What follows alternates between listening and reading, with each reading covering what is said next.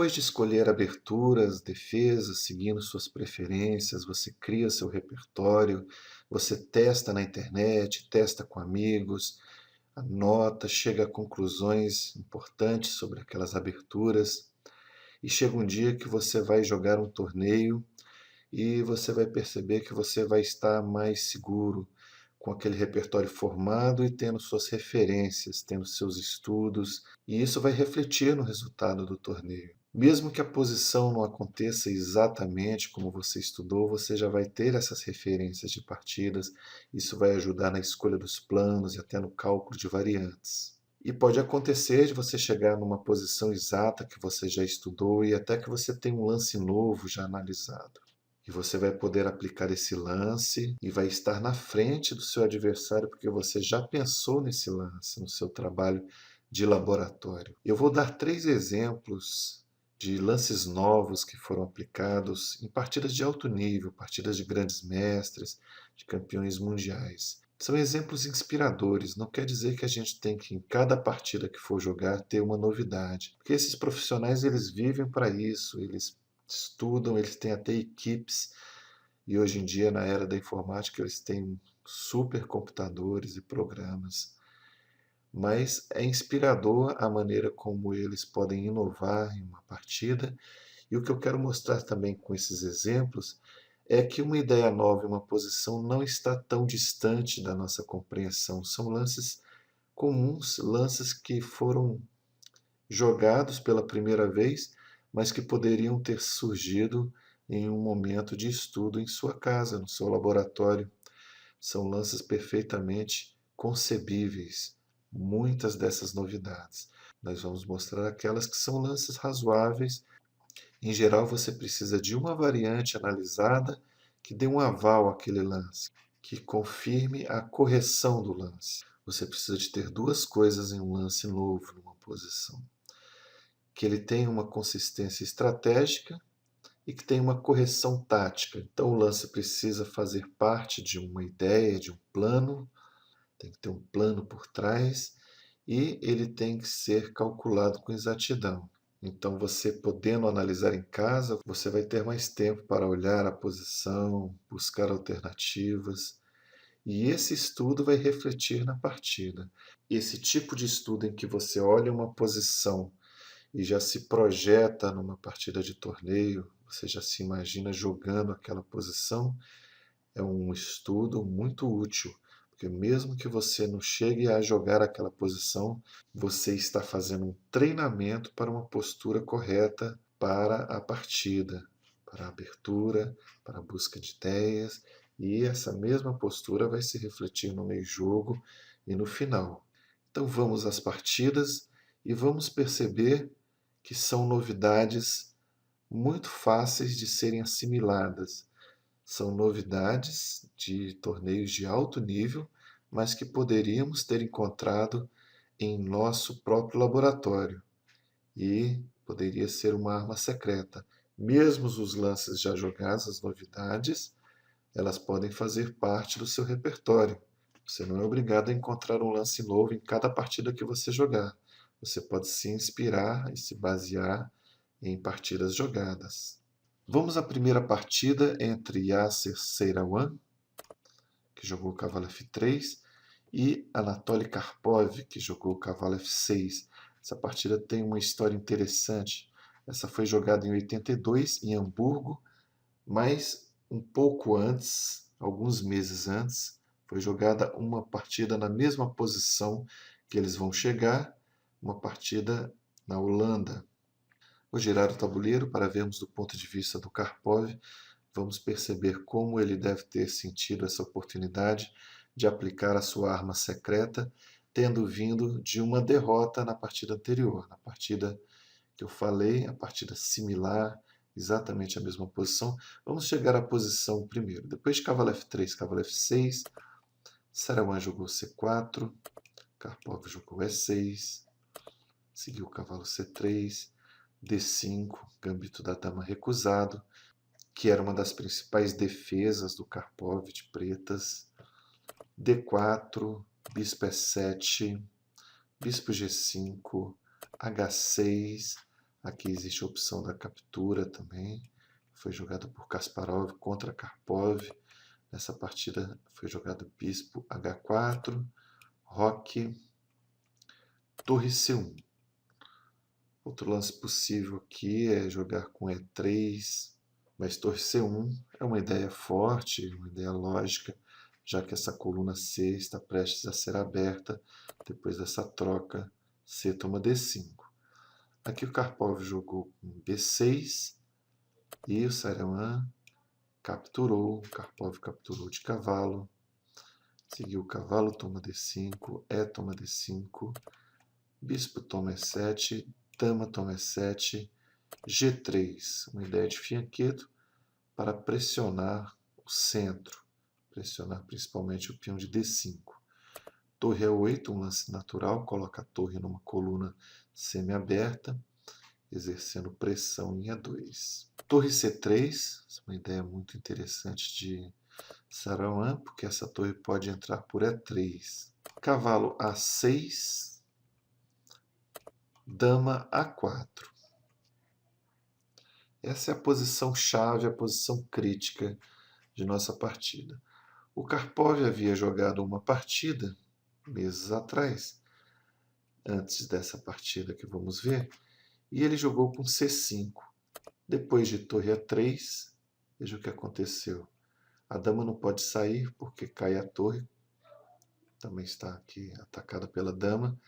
Então ele teve que jogar bispo E6 e depois de dama tomar 6, as brancas estão com um cavalo a mais. E resta uma pequena esperança aqui de conseguir um contrajogo em cima desse rei que está no centro. O cavalo não pode capturar porque tem dama B4, mas Saruman jogou torre B3, tirando o cheque. Karpov jogou bispo F5. Saruman respondeu bispo G2. Karpov jogou o bispo C2. E aqui, caso as brancas joguem torre A3, as pretas vão ter um pouco de compensação com dama B4, rei F1, dama B2, mas Saruman jogou melhor aqui depois de bispo C2, jogou o cavalo toma D4 e após bispo toma B3, cavalo toma B3, torre de A C8, bispo F3, um lance para consolidar aqui o ponto E2, depois de torre C2, roque, torre B2, sacrifica um peão, mas recupera aqui depois em D5. E aqui já é uma vantagem decisiva para as brancas, que têm duas peças pela torre e uma atividade também. E o Saruman ganhou essa partida. Vamos voltar agora à posição crítica, o dama 4, que eles se viram meses depois nessa mesma posição. E com certeza o Karpov, já sabendo que ia enfrentar o Saruman, já havia preparado bem essa posição. E veio com um lance muito simples, que renovou toda a variante. Então essa é a arma secreta que o Karpov guardava para essa ocasião. Ele jogou B5. Veja que interessante, o peão está sendo sacrificado. Não há como jogar torre A3, por exemplo, nesse momento, porque seguiria dama toma E3 e depois captura a dama. Vamos ver outra possibilidade. Se dama toma B5, o que o Karpov tinha em mente? Claro, torre B8, depois de dama 4, torre B2 e já existe a ameaça de torre toma E2.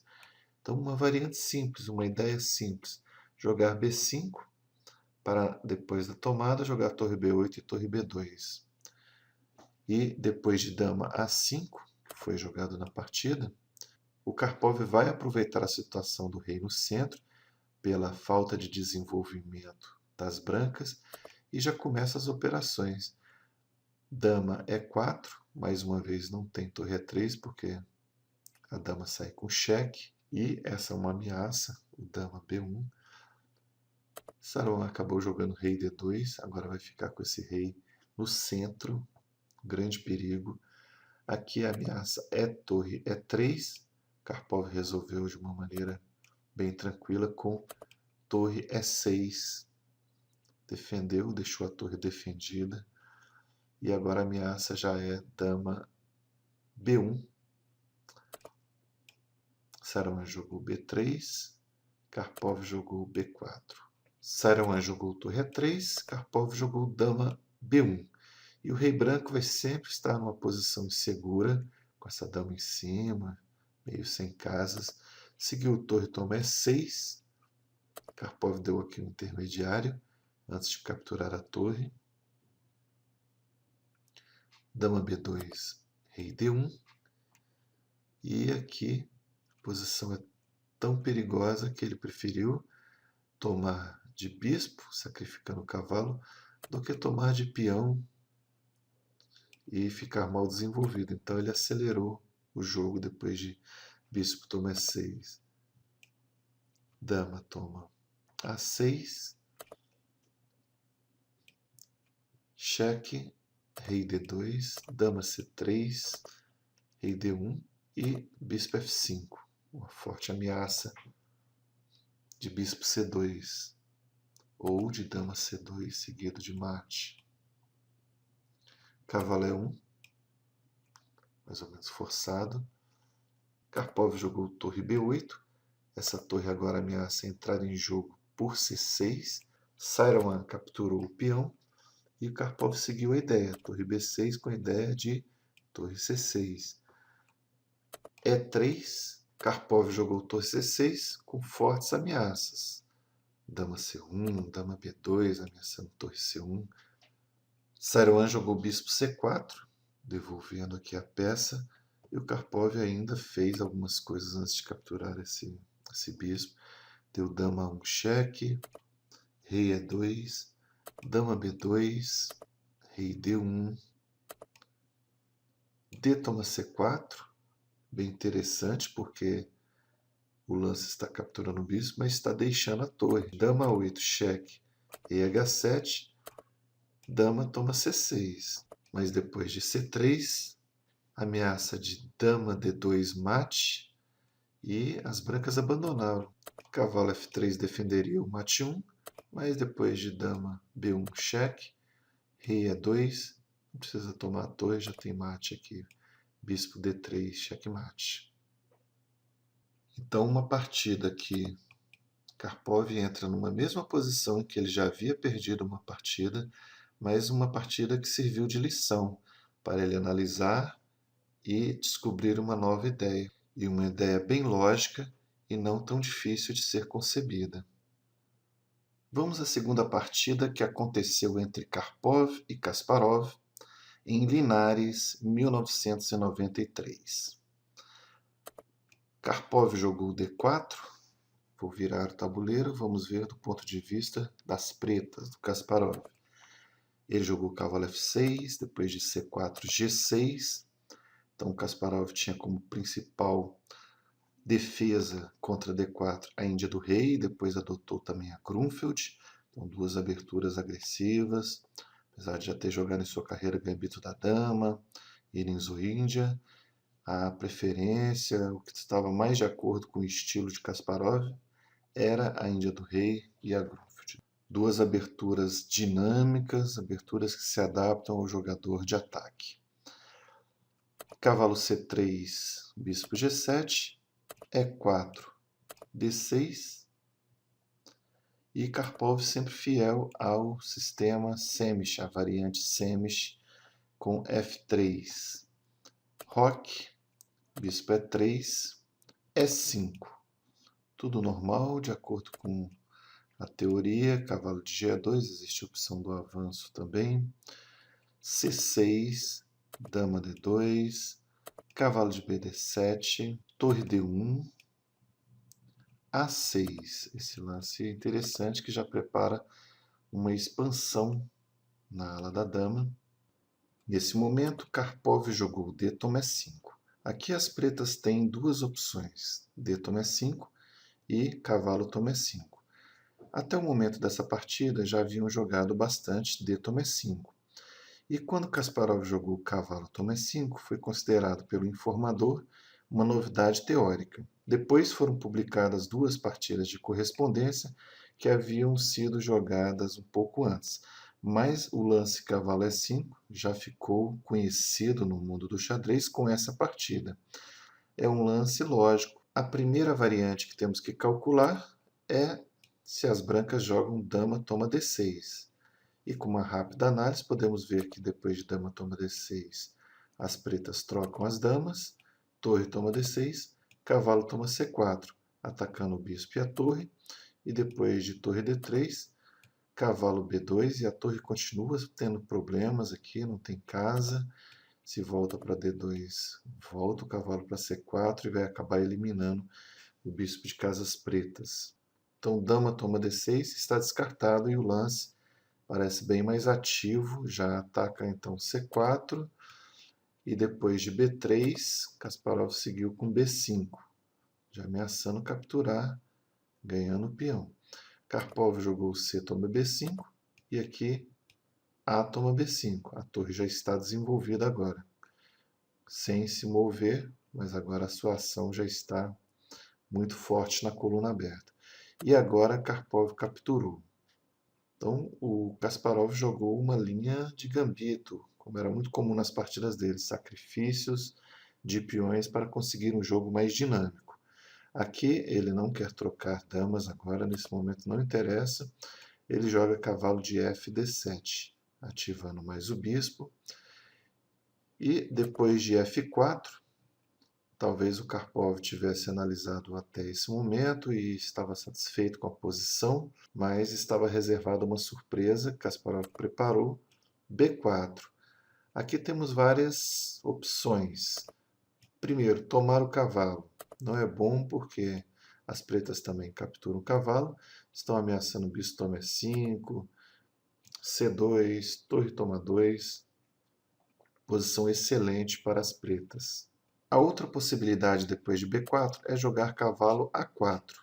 Parece um lance ativo, bloqueia a coluna, mas aqui o simples torre toma 4, B toma 4, cavalo C4 e as brancas vão ter problemas aí.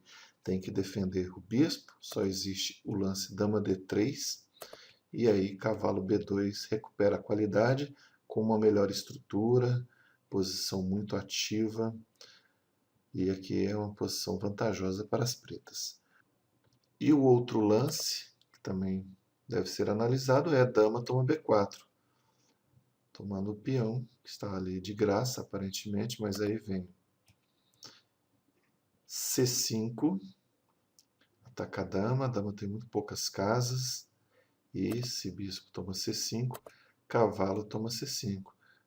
Não está entregando a dama, porque depois de torre toma dama, vem cavalo de D3, rei D2, cavalo toma B4, e as pretas têm uma peça a mais e ainda tem possibilidades de ataque, tem uma pressão aqui na ala da dama, no centro.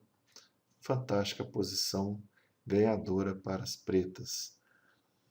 Então, depois de B4, Karpov teve que se contentar com o cavalo B1. E ele já estava mal no desenvolvimento, agora as peças vão voltando para suas casas de origem. A situação vai ficando problemática para o Karpov. Agora sim, Kasparov jogou o cavalo G4, bispo D4. Aqui Kasparov trocou, bispo toma D4, dama toma D4. Agora é necessário defender as casas pretas com a dama. E a torre já entra na sétima. H3 atacando o cavalo e C5 atacando a dama. A dama totalmente sem casas vai ter que se refugiar lá em G1. E a posição incrível, com quase todas as peças na primeira linha. Kasparov joga aqui cavalo de G, F6, atacando E4. Depois de E5, cavalo E4.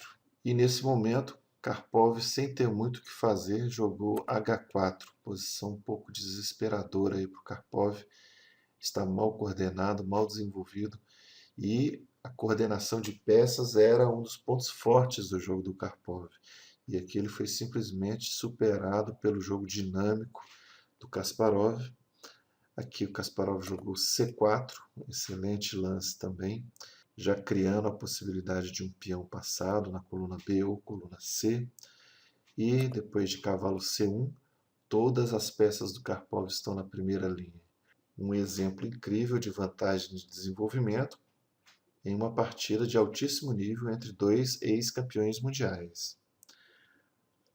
Depois de cavalo C1 vem um brilhante C3, sacrifica uma torre e logo em seguida C2. Atacando a torre e o cavalo, vai recuperar material aqui. Não pode sair com a torre, ou vai deixar a torre parada ou vai jogar a torre C1. Contra a torre C1, uma das possibilidades é capturar o cavalo e depois seguir aí com ataque em cima do rei no centro. Outra variante muito interessante é cavalo toma E5. Aqui ameaça promover com cheque seguido de dama D2. Então esse cavalo não pode ser aceito. Tem que capturar o peão. Depois de torre toma C2, bispo G4, ameaça mate, segue cavalo D2, cavalo D3 cheque, o rei não tem casas, é forçado o bispo toma D3, dama toma D3, ameaça mate, cavalo toma E4, a torre defende o mate, dama toma E4, rei D2, as pretas jogam dama toma F4 e o rei não tem para onde fugir, já está todo preso. Depois de rei E1, seguiria torre E8 com mate em poucos lances. Depois de dama F4, outra possibilidade é dama E3, mas nesse caso, torre D8 e o rei não vai poder defender a dama também, uma posição ganhadora para as pretas. Então, depois de C2, Karpov jogou dama D4, Kasparov capturou a torre e promoveu a dama, e o rei capturou a dama. E aqui vem outro lance fortíssimo, cavalo de D, C5, atacando a dama. Depois de dama toma D8, torre D8, cheque. Aqui existem pouquíssimas opções para as brancas. Se rei E1, simplesmente bispo G4, ameaçando o mate. Depois de bispo E2, bispo toma E2. Se rei toma E2, cavalo G3 e ganha a torre. Na partida seguiu rei C2 e depois de cavalo F2, o tempo do Karpov caiu, mas já não havia esperança. Se torre G1, seguiria bispo F5, cheque, rei B2, cavalo D1, cheque, rei A1, por exemplo, cavalo B3, checkmate. Uma linda variante, mesmo sem damas, as pretas conseguem um ataque de mate. Então vamos voltar aqui ao ponto onde tudo começou, que foi a captura cavalo toma E5. Uma novidade, segundo o informador, na verdade um lance bem novo, e por trás do lance toda uma ideia de atividade de peças, expansão na ala da dama, e essa seria uma partida modelo da Índia do Rei, uma das partidas inspiradoras para quem quer jogar Índia do Rei. E por último, vamos ver uma partida de Anand contra Bologan no torneio de Dortmund, na Alemanha, em 2003. Anand começou com E4, Victor Bologan jogou C6, a Caro-Kann. Anand jogou da forma clássica, com D4, D5 e cavalo C3, e Bologan capturou em E4. A variante principal, cavalo toma E4. Aqui a principal opção é bispo F5, é a chamada variante capa branca, mas também existe a opção de cavalo D7, muito jogada por Karpov. Aqui as brancas podem optar por bispo C4 e tem um lance até mais recente, mais moderno, muito utilizado por Kasparov, que é o cavalo G5.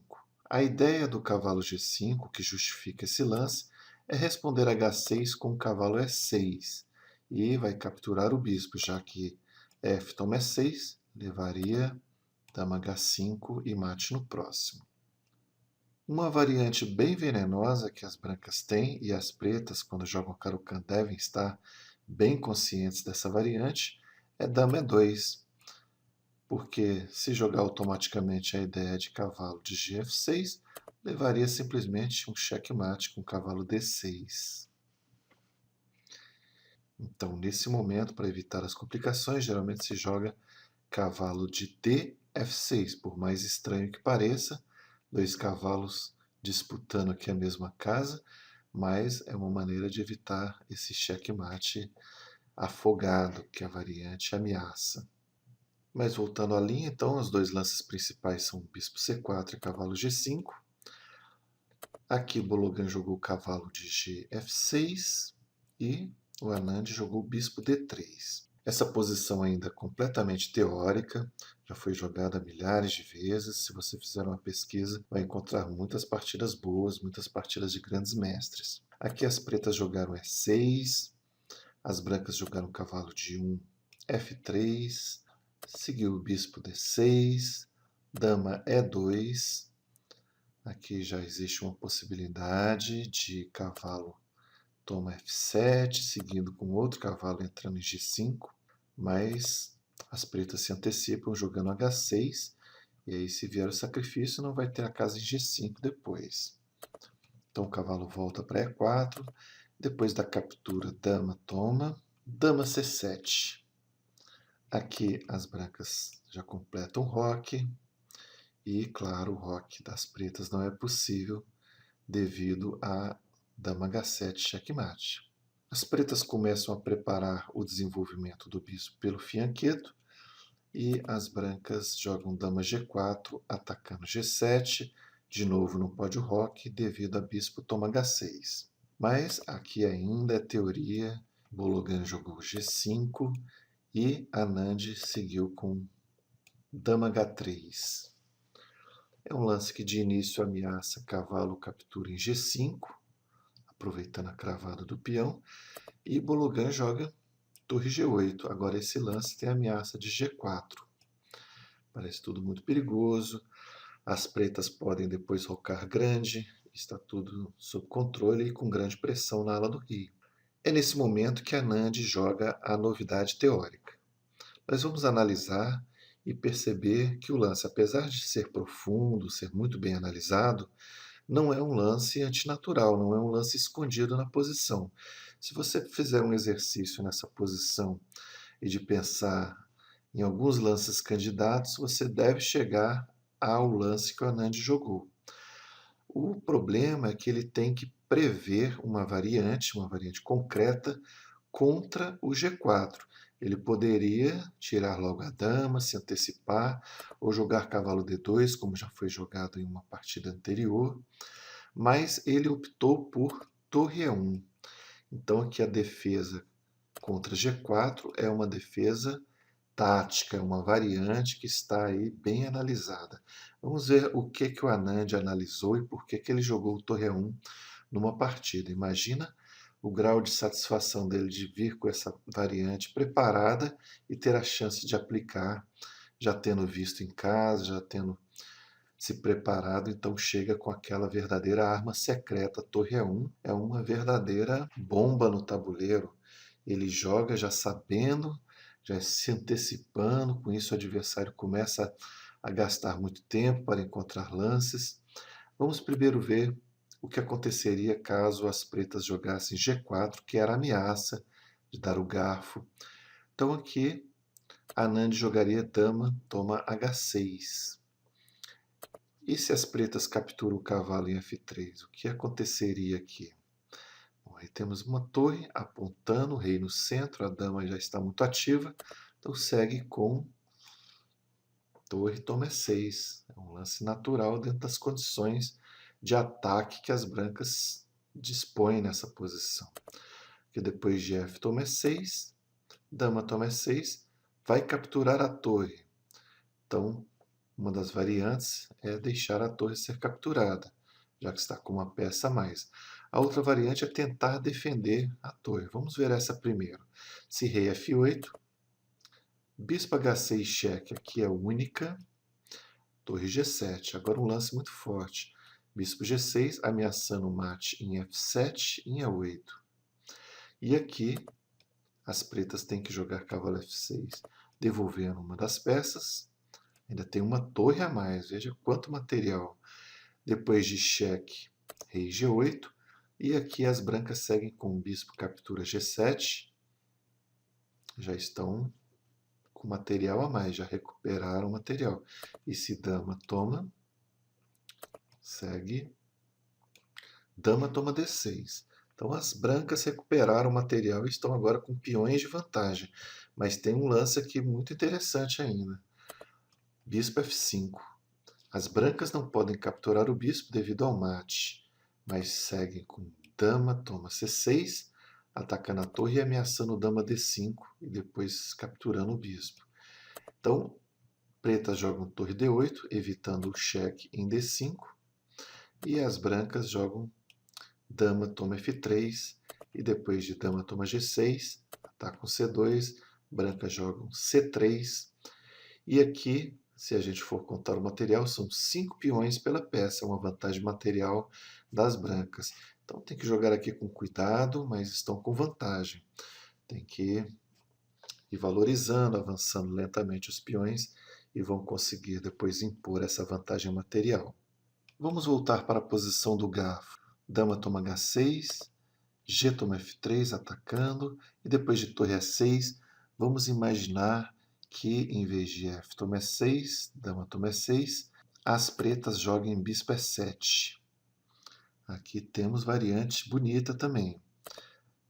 Torre toma E7, sacrifica, rei toma E7, bispo F4, atacando a dama, abrindo linha aqui para a torre entrar no ataque e tendo aí o bispo D6 em vista. E depois de torre G2, não é nada perigoso isso aqui. Rei H1 e o rei está seguro. E quem não está seguro é o rei das pretas, esse está em perigo. Então essa variante seria ganhadora para as brancas. Depois de torre E6, F toma E6, dama toma E6, além da variante rei F8, existe a possibilidade de jogar bispo E7, depois de dama toma G8, cavalo F8. Aqui seguiria com bispo G6, cheque, rei D7, se rei D8, segue bispo G5, já ameaça dama toma F8, variante perigosíssima. Vamos voltar a essa posição do bispo G6, cheque, a gente estava analisando com rei D8, seguindo com bispo G5. Agora vamos ver rei D7, segue bispo F5, cheque, rei A8, e aqui bispo H6, outra ideia brilhante. Aqui foi tudo analisado com muita precisão e o Anand deve ter recorrido aí ao computador, com certeza. Já foi uma partida jogada em uma época em que já se usava o computador, 2003, já era numa época que existiam computadores, ainda não tão fortes como os de hoje, 2014, mas já estavam caminhando, já estavam ajudando os grandes mestres nessa época. Nesse momento, se bispo toma F5, as brancas trazem mais uma peça para o ataque com torre A1. Estão ameaçando aqui, por exemplo, dama toma F8, com ataque fortíssimo. Depois de rei D7, torre toma E7, rei toma E7, dama G7, e tudo começa a voltar. Todo o material sacrificado, a dama precisa ser defendida. Se jogar em D6, vai levar bispo F4, cheque. Vamos voltar aqui, se joga rei D8. Nesse caso, dama toma F8, rei D7, dama toma bispo, dama toma F5, rei D8, cheque, volta, já ganhou mais material do que o que tinha sacrificado. Nesse momento, se as pretas tentam resolver o problema de desenvolvimento com bispo B7, ainda estão aqui com o tema do rei no centro, então são os princípios básicos, mais uma vez presentes, mesmo numa partida de alto nível, partida de 2 GMs.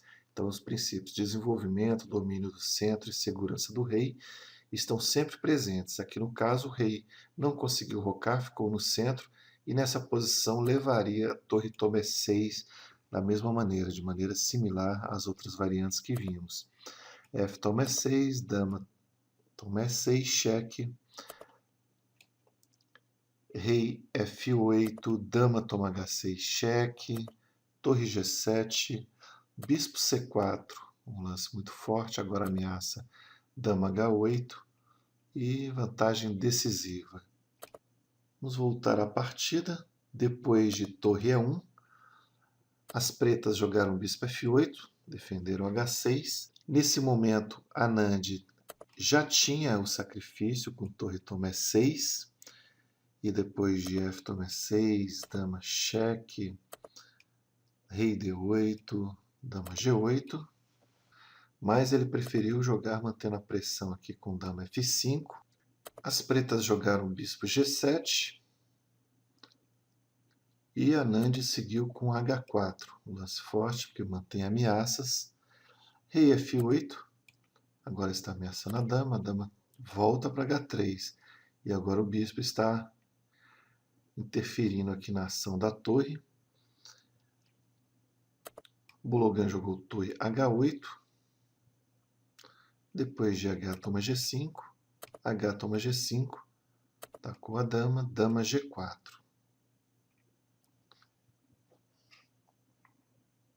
C5, bispo toma G5. É um lance de desenvolvimento, mantém muita pressão. Depois de C toma D4, torre de A D1. Veja a preocupação de Anand em seguir os princípios do desenvolvimento. Centralização. Então está jogando corretamente, de acordo com os princípios. E o lance torre A1, apesar de toda a complexidade que vimos nas variantes, é um lance totalmente lógico. Ele segue uma ideia. Uma torre numa coluna central, agora colocou a outra torre numa coluna central. E aqui nesse momento seguiu bispo B7. E aí começa mais uma vez um show de Anand aqui de sacrifícios. Torre toma E6, mais uma vez o tema do sacrifício da torre. Uma partida fantástica que merece ser analisada com cuidado. Depois de F toma E6, mais um sacrifício, bispo E7, cheque. Veja que interessante, esse rei G8. Seguiria dama toma E6, checkmate. Vamos ver outras possibilidades. Rei captura foi o que seguiu na partida. Vamos ver agora se rei E8. As brancas podem jogar simplesmente dama toma E6, ameaçando bispo G6 mate também. Não salva aqui. Então, as pretas têm que capturar o bispo, e aí segue dama toma G7. Se rei D8 toma a torre com cheque, o rei tem que voltar aqui para o fogo. Rei D6 seguiu o cavalo D4, abrindo a coluna e já com a forte ameaça de cavalo B5. Depois de dama C5, seguiu bispo F5. Anand jogando de forma inspirada essa partida. O que aconteceria se toma F5? Simplesmente agora cavalo B5 cheque. Se rei C6, dama toma D7 checkmate. E se rei E6, seguiria torre captura em D7 com a ameaça de cavalo D4. Vamos colocar uma variante ilustrativa, por exemplo, bispo toma G2, com a ideia de torre G8, caso haja uma captura.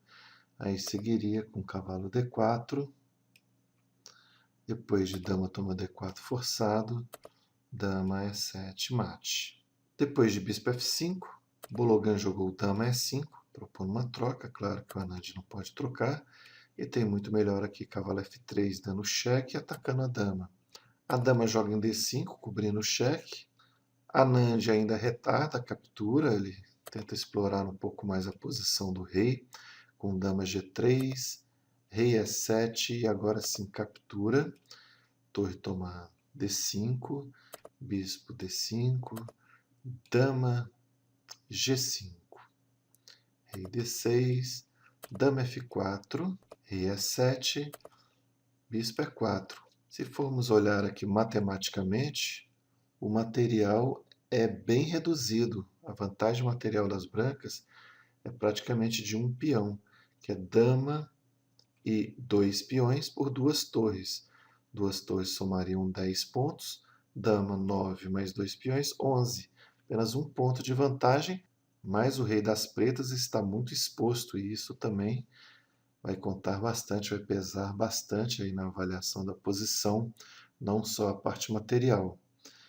Aqui Bologan jogou torre H5 e Anand jogou o cavalo H4. Já tem um cavalo entrando na posição. Depois de torre G8, seguiu cavalo G6, cheque, rei D8, e aqui a dama entra em F7, ameaçando a torre, ameaçando dama E7, várias ameaças.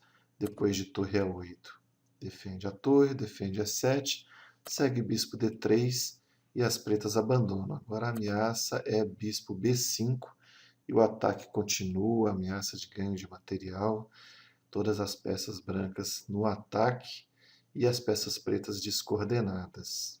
Vamos voltar à posição chave, onde tudo começou, depois de torre G8, uma posição teórica, e nessa posição Anand veio com a novidade.